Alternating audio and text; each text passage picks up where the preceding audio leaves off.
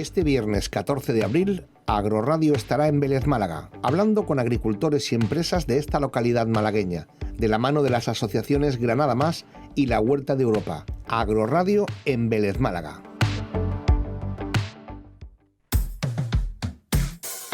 Antonio Navarro, director de Agroradio. La agricultura bien contada.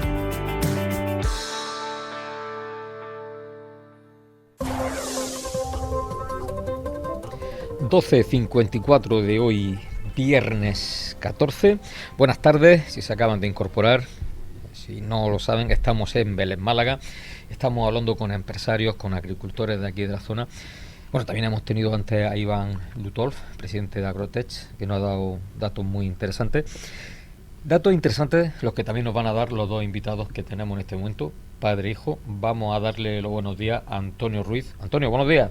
Buenos días. Se te acerca un poquito más a la máquina de hablar. Buenos días. Y también vamos a darle los buenos días a Manuel Ruiz, hijo de Antonio. En este caso, Manuel, director de Viveros Camagüey. Buenos días, Manuel. Buenos días, Antonio. El que tiene la entrevista es tu padre. Bueno, vamos a hablar primeramente de lo que es los viveros Camagüey, y ya empezamos a hablar con tu padre de esa trayectoria que tiene en el tema de los subtropicales. Manuel, háblanos de Viveros Camagüey. ¿A qué os dedicáis y qué superficie tenéis de producción? Bueno, pues Viveros Camagüey se empezó hace ya unos 15, 20 años. Uh-huh. Y bueno, mayormente hacemos plantas subtropical, sobre todo plantas de aguacate, mango, pitaya, lichi, platanera, guayaba. Y bueno, después, como hemos estado comentando antes, también con la trayectoria que tiene mi padre, pues hacemos también planta ornamental. Uh-huh. Y después diseño de jardinería, obras de jardinería. Tenemos 2 hectáreas de vivero y bueno, pues según la planta que producimos, pues la situamos en un vivero u otro. Uh-huh. También tenés una hectárea que es un poco de experimentación, ¿no? De ver nuevas variedades, de resultados, sí, de exploración. Eso me ha dejado a mí alucinado con lo que hacéis. Bueno, y lo que hace tu padre. Es decir, bueno, con tu permiso, Manuel, vamos a hablar aquí con el jefe, que este sí que sabe. Antonio, vamos a empezar desde un principio. Ingeniero agrícola. ¿Qué número tienes de colegiado? El 77 de Málaga. De los primeros. Ya llovió.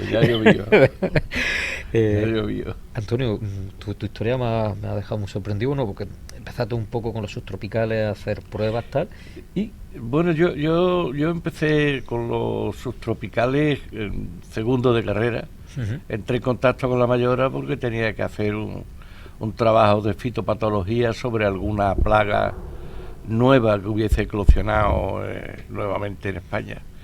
Y bueno, lo hice sobre la Protopulvinaria piriformis del aguacate, uh-huh, que entonces estaba entrando, ya está totalmente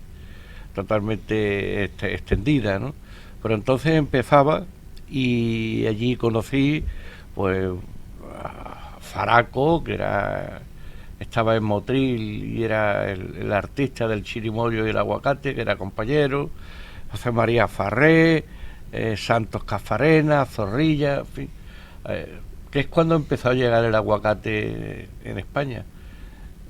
El mango entró después, aunque ya en la mayor había mango, pero entró después. Y bueno, pues desde entonces la experiencia hasta hoy ha sido completa, ¿no? ¿Experiencia completa? Vamos a empezar a hablar. Experiencia completa. ¿Qué hacía un malagueño en Cuba? Bueno, pues en Cuba yo conocí allí a un par de ingenieras agrónomas que querían hacer planta ornamental, y me comprometí con ella a enseñarle a hacer 4 o 5 variedades y exportarle a Europa, parmáceas sobre todo, Fenix roebelini, Howea fosteriana, este tipo de palmeras, uh-huh, unas de interior y otras de exterior, que funcionaban bastante bien y que aguantaban perfectamente el transporte en contenedor. Entonces, en un centro que tenían en Camagüey, es donde les enseñé a cultivar y luego después les comercializaba la planta en Europa, la planta que producían allí. Pero que ibas con mucha frecuencia. Sí, iba a frecuencia, iba pues cada 4 o 5 meses, iba allí y bueno, que estuvo funcionando unos pocos de años muy bien. ¿Durante La cuánto? empresa Tropiflora, que era una empresa estatal. ¿Durante cuántos años estuviste? Pues unos 4 o 5 años. Hasta que ya tuve divergencias entre Internas, ¿no? lo que suele ocurrir con los políticos, ¿no? Y decidiste, bueno, me marcho de aquí. Y entonces pues claro, porque ya entraban los celos, ¿no? Tú viajas a Europa y yo no viajo a Europa. Tú te has comprado un traje mejor que el mío, que lo trae a Cuba, donde una señora no puede vestir como tú.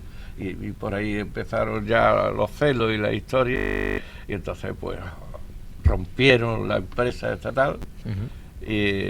Nancy Pérez Alonso se fue a Santo Domingo y montó allí una empresa de jardinería, y la otra ingeniera, Odali, es catedrática de grafología en la Escuela de Ingenieros de Santa Clara.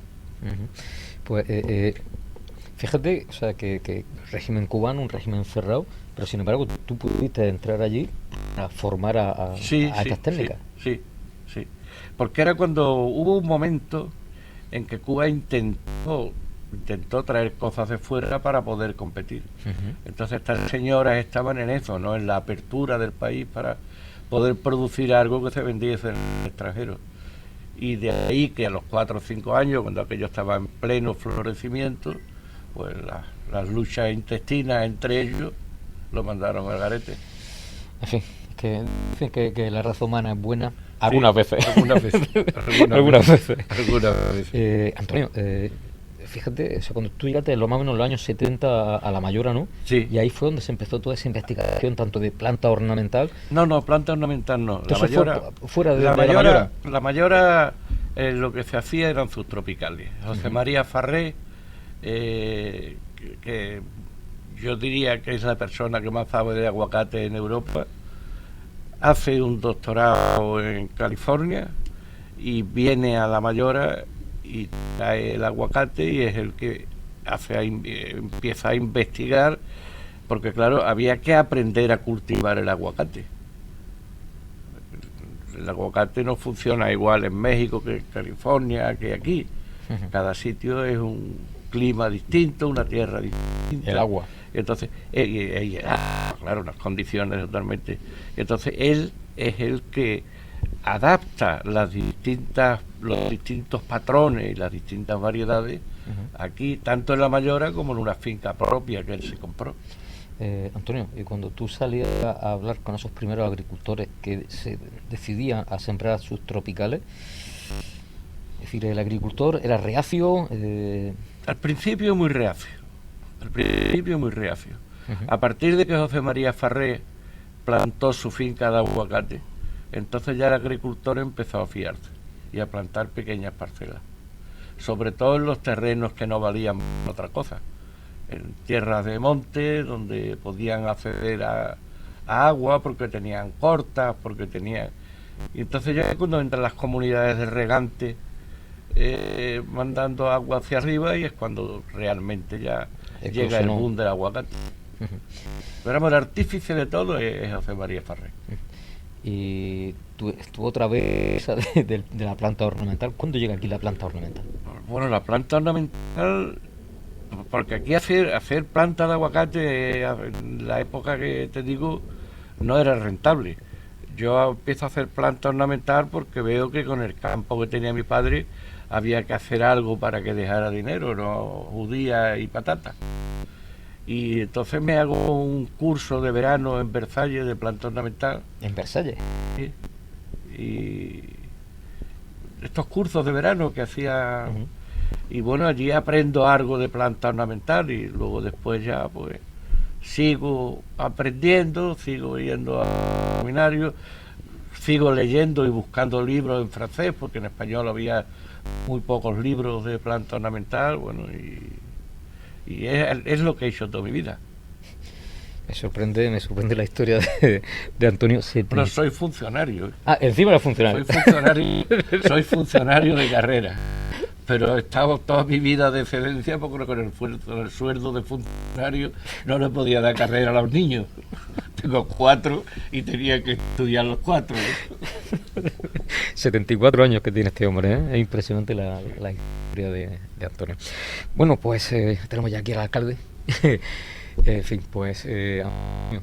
Hombre, mi buen amigo Antonio Moreno, compañero mío de bachiller. Anda ya. Sí. Esto de los pueblos. Bueno, Antonio, que muchas gracias. Muchas gracias por venir, porque bueno, el invitado era el hijo. Muchas gracias por acompañar. Y me he dado cuenta que el que tenía la entrevista era el padre. El que sabe de vivir. Hombre, él ya yo doy consejo de gobierno cuando me lo pide. Si no, tampoco. La pregunta, ¿le pide mucho consejo? Bueno, en temas técnicos sí, claro. Otros temas no. En otros temas lo vamos llevando mi hermano y yo, pero vamos, la dirección técnica es... Hombre, es que tenéis la sabiduría en casa, es decir, Antonio, ha sido un poco ahí el germen de todo, sí, claro. tanto de los subtropicales como también de la planta ornamental. Sí, vamos, el proyecto además lo empezamos con él y él no se baja del barco. No se baja, ¿no? Bueno, pues planes a futuro, Manuel. Bueno, de momento ahora con el tema del agua estamos un poco reprimidos, pero bueno, esperamos que esto se solucione. Ahora supongo que el alcalde hablará de... le vaya a soltar la patata caliente al alcalde, desde luego. Pero vamos, tenemos esperanza en que se solucione y que esto siga creciendo, porque al fin y al cabo el motor económico de la sequía es la agricultura y los subtropicales. Pues nada, pues Manuel Ruiz, director de Viveros Camagüey. Manuel, muchas gracias por estar aquí y gracias por tener a tu padre. Muchas gracias a ti, Antonio. Gracias a vosotros. Bueno, Antonio, lo dicho, que muchas gracias y un placer, un placer.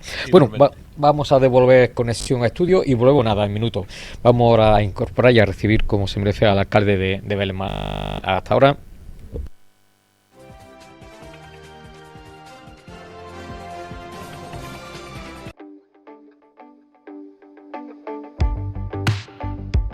Este viernes 14 de abril, Agroradio estará en Vélez, Málaga, hablando con agricultores y empresas de esta localidad malagueña, de la mano de las asociaciones Granada Más y La Huerta de Europa. Agroradio en Vélez, Málaga.